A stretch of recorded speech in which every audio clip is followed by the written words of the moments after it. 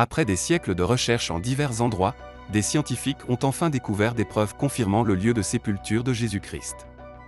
À l'intérieur du tombeau, ils ont mis au jour des informations précieuses qui éclairent des mystères de longue date qui ont intrigué des générations entières. Mais où se trouve ce tombeau et quels secrets effrayants se cachent dans ses profondeurs? Rejoignez-nous pour découvrir ce qui se trouve à l'intérieur du tombeau de Jésus et explorer l'impact que cela aura sur vos croyances. Le précieux tombeau de Jésus-Christ. Récemment, des chercheurs ont fait une découverte fascinante à l'église du Saint-Sépulcre, dans le centre de Jérusalem. Depuis de nombreuses années, l'église du Saint-Sépulcre est un lieu important pour les chrétiens du monde entier, qui s'y rendent en pèlerinage. Selon les récits du Nouveau Testament, Jésus a été crucifié sur le Golgotha, considéré comme une ancienne carrière située à l'extérieur des murs de la ville. Ce lieu revêt une grande importance dans l'histoire de la chrétienté. Ce mortier date de l'époque où l'empereur Constantin régnait sur l'Empire romain. C'est ce qui a donné naissance à une légende. Selon cette légende, au IVe siècle après Jésus-Christ, la mère de l'empereur Constantin aurait enterré Jésus-Christ dans cette grotte après sa crucifixion. Une dizaine d'années après la mort de Jésus, un nouveau mur a été construit à l'intérieur de la ville de Jérusalem autour du lieu de la crucifixion et de l'enterrement de Jésus. Cela explique pourquoi l'église du Saint-Sépulcre se trouve aujourd'hui dans la vieille ville. L'empereur Constantin Ier, converti au christianisme, ordonna la destruction d'un temple dédié à Vénus à Jérusalem pour faire place à une église. Lors de la démolition, les ouvriers mirent au jour un tombeau que l'on croyait être celui de Jésus.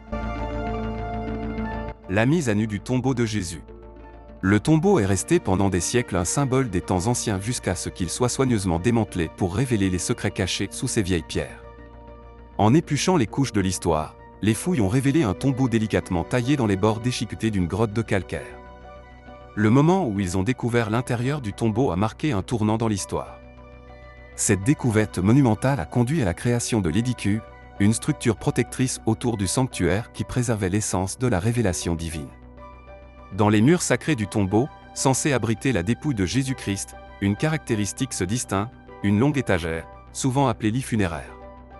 En explorant les détails complexes du tombeau, nous découvrons quelque chose de fascinant, des similitudes avec les tombes des Juifs riches de Jérusalem, datant du 1er siècle.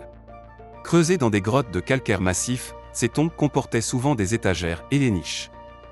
Le lit funéraire n'est pas seulement une structure physique, il est porteur d'un symbolisme profond qui se confond avec l'histoire spirituelle du christianisme.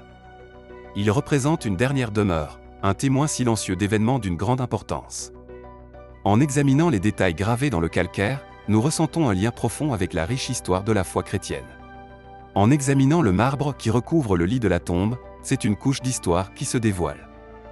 Considéré comme ayant été soigneusement placé au plus tard en 1555, il marque le passage du temps. Mais des indices historiques suggèrent qu'il était peut-être là bien plus tôt, peut-être dès le milieu des années 1300.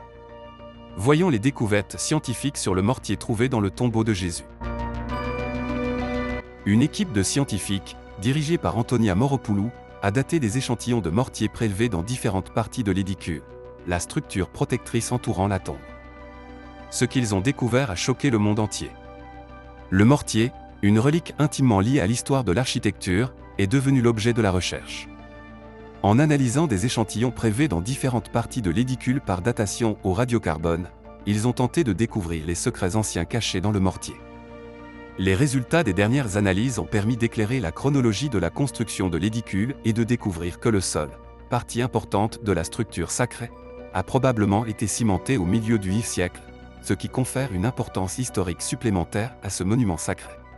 L'association de ces travaux de construction avec le règne de l'empereur Constantin ajoute une couche importante à l'histoire, en liant les débuts de l'édicule à l'influence d'un personnage historique important.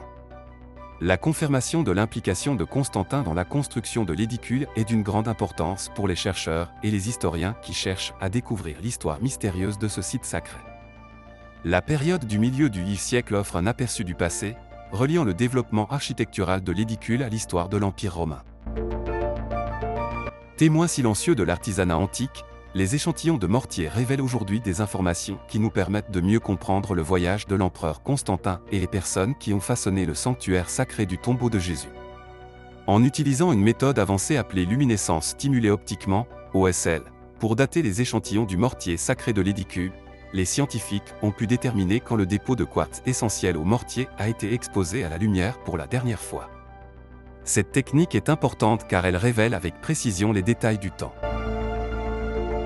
Les échantillons de mortier ont fait l'objet d'un examen approfondi dans 2 laboratoires distincts, chacun contribuant de manière indépendante à la clarification de la chronologie.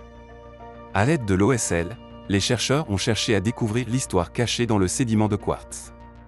En examinant la façon dont ce sédiment a été exposé à la lumière au fil du temps, ils ont découvert les périodes au cours desquelles le mortier a subi des changements.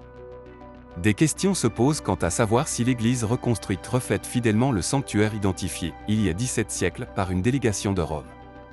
Malgré ces incertitudes, l'église reste un symbole de l'esprit durable de Jérusalem et invite à la réflexion et à la recherche sur les récits complexes de la foi et de l'exactitude historique. En examinant les échantillons de mortier prélevés sur les vestiges du mur sud de la grotte, les chercheurs ont commencé à reconstituer une chronologie historique.